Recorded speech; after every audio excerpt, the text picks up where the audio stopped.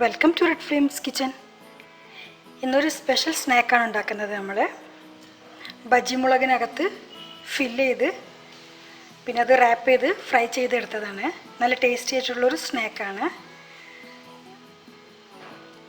റെസിപ്പിയിലേക്ക് കടക്കുന്നതിന് മുന്നായി ഈ ചാനൽ ഇതുവരെ സബ്സ്ക്രൈബ് ചെയ്യാത്തവരുണ്ടെങ്കിൽ സബ്സ്ക്രൈബ് ചെയ്യൂ പ്ലീസ്.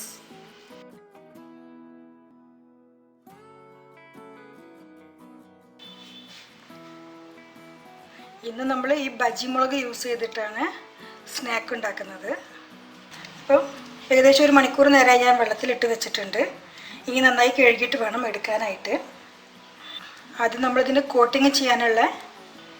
കോട്ടിങ്ങിനായിട്ടുള്ള മൈദ 1.5 കപ്പാണ് എടുത്തിട്ടുള്ളത്.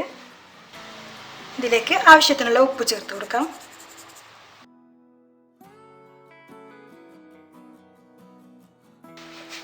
കോട്ടിങ് നല്ല ക്രിസ്പിയായി കിട്ടാനായി 1.5 ടീസ്പൂൺ എണ്ണ.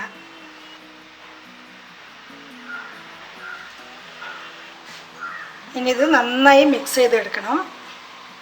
ഏകദേശം പുട്ടിൻ്റെ പൊടിയെല്ലാം ഉതിർത്ത പോലെ ആയി കിട്ടും. എണ്ണ പൊടിയിൽ നന്നായി മിക്സ് ആയിട്ടുണ്ട്. ഈ ഒരു പരുവാണ് വേണ്ടത്. ഇനി ഇതിലേക്ക് ആവശ്യത്തിനുള്ള വെള്ളം ഒഴിച്ച് നമ്മൾ സമോസക്കെല്ലാം കുഴക്കുന്ന പോലെ തന്നെ കുഴച്ചെടുക്കണം. മൈദ നന്നായി കുഴഞ്ഞു വന്നിട്ടുണ്ട്. ഇനി ഇതൊന്നും കൂടെ സോഫ്റ്റ് ആവാനായിട്ട് ഒരു 10 മിനിറ്റ് നേരത്തേക്ക് അടച്ച് മാറ്റി വയ്ക്കാം. ഈ സമയം കൊണ്ട് മുളകിലേക്ക് വെക്കാനുള്ള ഫില്ലിങ് റെഡിയാക്കണം. ഫില്ലിങ് ഉണ്ടാക്കാനുള്ള പാനാണ്, ചൂടായിട്ടുണ്ട്. 2 ടേബിൾ സ്പൂൺ എണ്ണ ഒഴിച്ചിട്ടുണ്ട്. എണ്ണ ചൂടായിട്ടുണ്ട്. 1 കപ്പ് സവാള സ്ലൈസ് ചെയ്തതാണ്. ഉള്ളി ഒന്ന് സോഫ്റ്റായി വന്നിട്ടുണ്ട്. ഇതിലേക്ക് മുട്ട ചേർത്ത് കൊടുക്കാം. 2 മുട്ടയാണ് ചേർക്കുന്നത്. 1 കപ്പ് തേങ്ങ, 2 നുള്ളു മഞ്ഞൾപ്പൊടി, പാകത്തിനുള്ള ഉപ്പ്, ഇച്ചിരി കുരുമുളക് പൊടി.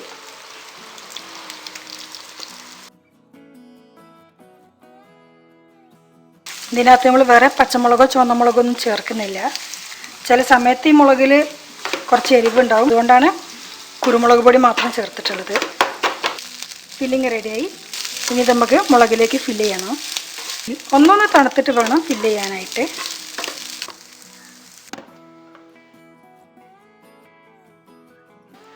മുളകിനകത്ത് ഫില്ല് ചെയ്യാനായിട്ട് നമുക്ക് ആദ്യം നല്ലൊരു സ്ലിറ്റ് ഇട്ട് കൊടുക്കാം.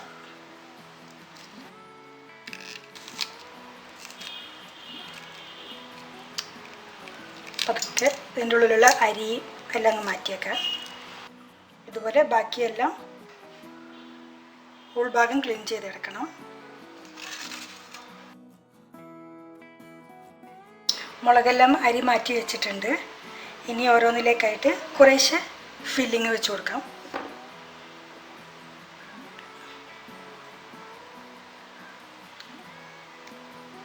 പിളർന്ന് നിൽക്കുന്ന പോലെ വെക്കണ്ട, കുറച്ച് വെച്ച് കൊടുത്താൽ മതി. കുറച്ച് പിളർന്നാലും കുഴപ്പമില്ല, നമ്മളിതിന് സീൽ ചെയ്യും. അന്നേരം ഇതങ്ങ് കൂടിക്കോളും. മുളക് മുഴുവനായിട്ടും ഫില്ല് ചെയ്തെടുത്തു. ഇനി നമുക്ക് ചെയ്യാനുള്ളത്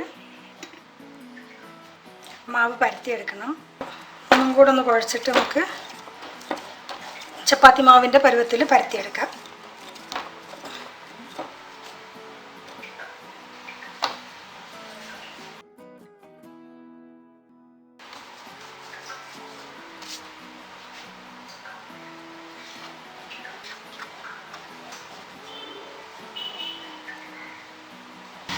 കുറച്ച് പൊടിയിട്ട ശേഷം നമ്മൾ ചപ്പാത്തിക്ക് പരത്തുന്ന അതേപോലെ തന്നെ പരത്തിയെടുക്കാം.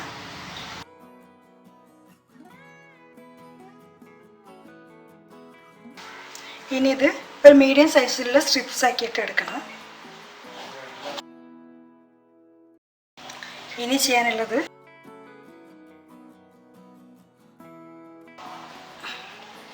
ഓരോ സ്ട്രിപ്സ് എടുത്തിട്ട് മുളകിൽ നന്നായിട്ട് റോൾ ചെയ്തെടുക്കുക. ഒന്നൊന്നിങ്ങനെ വലിച്ചിട്ട് ചെയ്താൽ ഈ ഒരു ഗ്യാപ്പെല്ലാം അങ്ങ് അടഞ്ഞു കിട്ടും.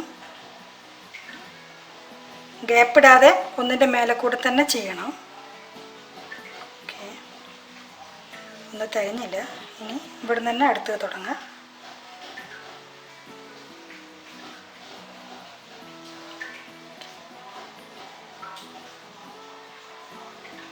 കറക്റ്റ് ഒന്നിൻ്റെ മേലെ കൂടെ തന്നെ ചെയ്യണം.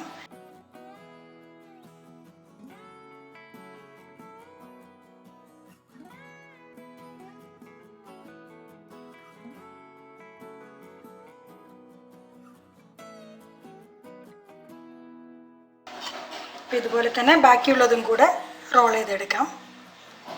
അങ്ങനെ മുഴുവൻ മുളകും നമ്മൾ റോൾ ചെയ്തെടുത്തിട്ടുണ്ട്. ഇനി എണ്ണയിൽ ഫ്രൈ ചെയ്തെടുക്കണം. അതിനായിട്ട് എണ്ണ ചൂടായിട്ടുണ്ട്.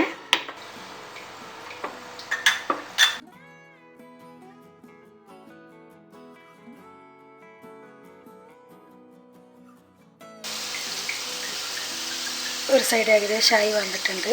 മറിച്ചിട്ട് കൊടുക്കുക.